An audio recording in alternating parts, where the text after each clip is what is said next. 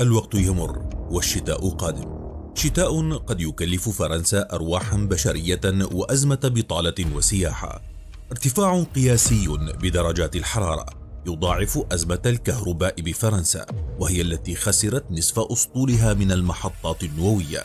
ومع ارتفاع أسعار الغاز وشح التزويد الذي يعود للضغط الروسي على أوروبا جراء الحرب الروسية الأوكرانية، تضاعفت أسعار الكهرباء بنسبة 100%، ما حدا بالحكومة الفرنسية إلى استيراد الطاقة الكهربائية من جارتها ألمانيا، بعد أن كانت فرنسا المنتج الأول للكهرباء أوروبيا. فهل سينجح الرئيس الفرنسي ماكرون في إنقاذ الوضع قبل حلول الشتاء، أم أن باريس مدينة الأنوار ستتحول إلى مدينة الظلام؟ نهاية عصر نووي.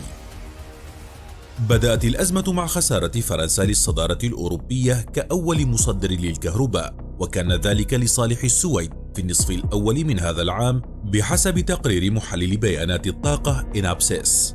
نفس التقرير الذي كشف أن السبب في ذلك مرتبط بالأساس بانخفاض الإنتاج الفرنسي، وهذا الأمر يعود إلى موجة الحر القياسية التي تشهدها فرنسا، وذلك نظرا لأن المفاعلات النووية تعتمد على التبريد بماء الأنهار.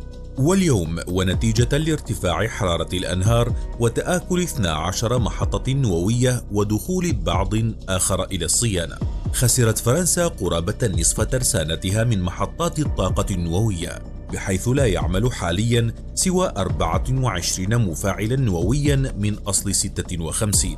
يمكن القول أيضا أن قدم عمر المفاعلات النووية الفرنسية يعتبر سببا آخر في تفاقم مشاكل الإنتاج، خاصة وأن كتيبة فرنسا من المحطات النووية الحالية تعود لعام 1973.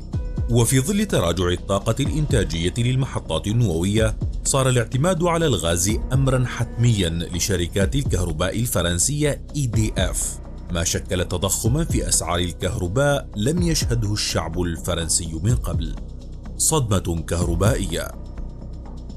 من المرجح أن المواطن الفرنسي مقبل على شتاء قارس وقاس من الناحية المادية، خاصة بعد أن تجاوز سعر الميجاوات في الساعة لشهر ديسمبر القادم 1000 يورو في بورصة الطاقة الأوروبية، في موجة تضخم غير مسبوقة أعلى بكثير من أسعار ألمانيا المعتمدة على الغاز الروسي. لكن ومع حدة صقيع الشتاء وضغط الطلب على الطاقة من قبل المواطنين، فقد يصل سعر الميجاوات في الساعة إلى أكثر من 2000 يورو، وهو ما عجل في توجه شركة الكهرباء الفرنسية نحو الاستيراد من إنجلترا وألمانيا. وتشير البيانات أنها اشترت حزمة كهرباء لمدة تتخطى 100 يوم حتى الآن. لكن ورغم ما سبق، لا تزال التقارير ترجح أن فرنسا قد تعاني من انقطاعات في الكهرباء، إذ ربما يعني ذلك نهاية مدينة الأنوار الشهيرة باريس ودخول عصر الظلمات. وبذلك لن تكون السياحة لوحدها أكبر مخاوف فرنسا، بما أن انقطاع الطاقة الكهربائية سيؤثر على المصانع وطاقتها الإنتاجية، والتي لن تتردد في التخلص من عمالتها في سبيل تقليل الخسائر المادية.